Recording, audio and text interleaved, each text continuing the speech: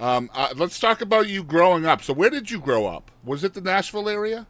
Yeah, I grew Yeah. up in Brentwood, Franklin, Nashville, and went to Brentwood Middle, Brentwood High.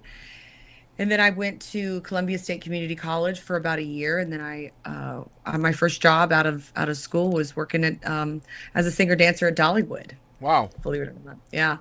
So that was a trip. And then I decided that was a great run and went back to Nashville. And for many years, I was just, on the grind as a songwriter and performed, here and there throughout Nashville and worked a job as a bartender, server, cocktail waitress, just as we all do. Yep. And it wasn't until um, I was on The Voice season 6. I decided to go and audition for that and I got it. And after the show ended, that was when my battle partner at the time, Ryan White Maloney, he's just was just an amazing friend and he encouraged me to move out to Vegas and that's really when my life changed Yeah. coming out here. Yeah, and Yeah. we're definitely going to unpack all of that too. I want to know, though, as growing up with that last name, Tucker, right? We haven't mentioned it yet, but you are the daughter of LaCosta, who was an incredible artist in her own right, and of course, the niece of Tanya.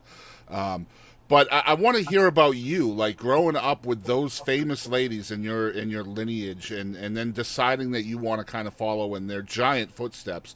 Was there pressure in doing that? Was there any rebelling against that? And like, how did you decide to really do that? I mean, it's crazy to. It's like Babe Ruth, right? Like being a baseball player after Babe Ruth. So I mean, we are the next generation, and I say we because there's so many kids and grandkids and yeah, nephews and nieces that are trying to make their mark next in line to their famous relative. So I think there's a lot of us in this circle, and yes, I believe it's it was the hardest time of my life. I'll be honest. Like I did not know where I fit. I had these two incredible women that I looked up to.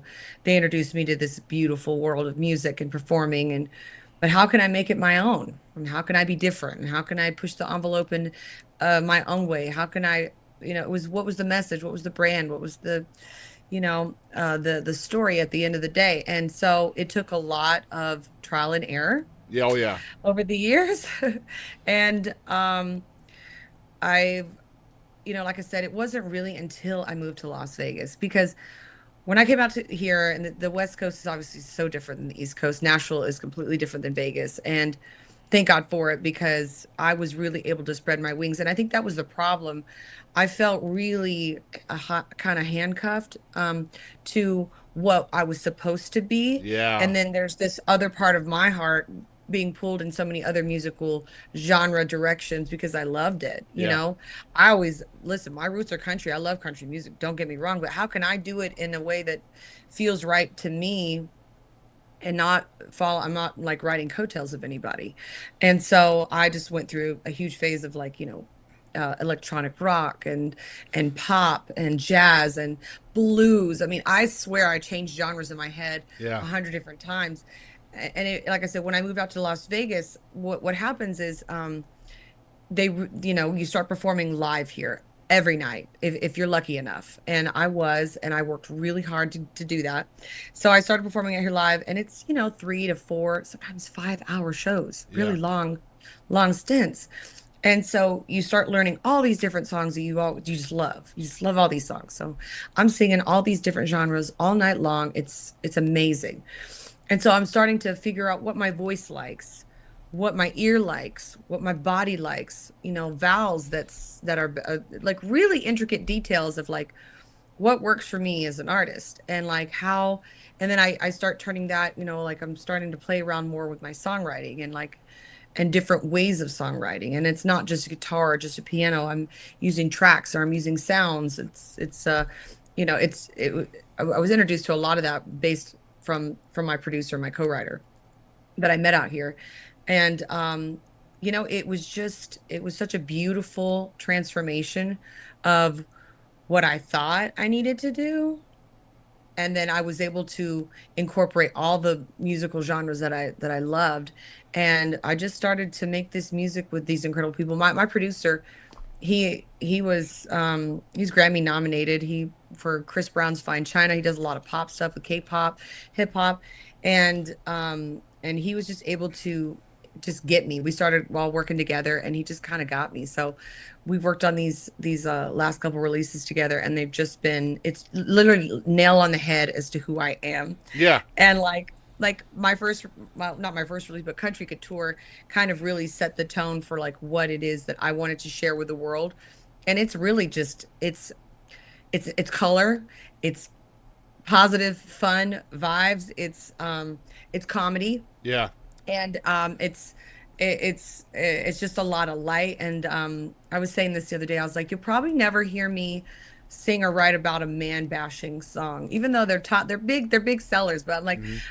I'm following such my own path, like, and writing about things that aren't necessarily like written about or sung Yeah. about. So I'm really loving that And side. genre So fluid. That's a word, an adjective you missed in there. Very genre fluid on your releases so far.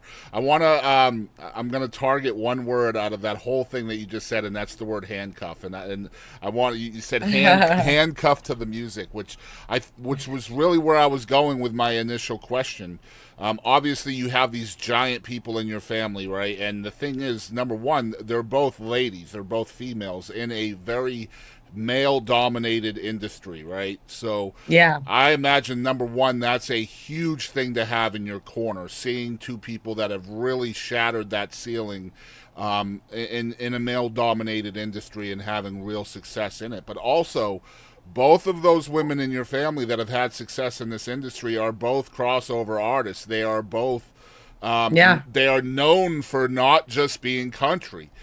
So to hear you say that the industry, not the family, but the industry may have tried to handcuff you to country music when the two people in your family were never allowed to be handcuffed, or they never allowed themselves to be handcuffed to country music. I Yeah. mean, you've already got that rebellious heart in you, don't you?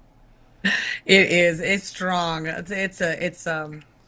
is, I wouldn't say a Tucker curse. We are just really strong, independent Tucker gals, and um yeah, I'm grateful that they were able to lift me up and just kind of show me how to kind of push through the norm or Sure. what's expected, Yeah. so.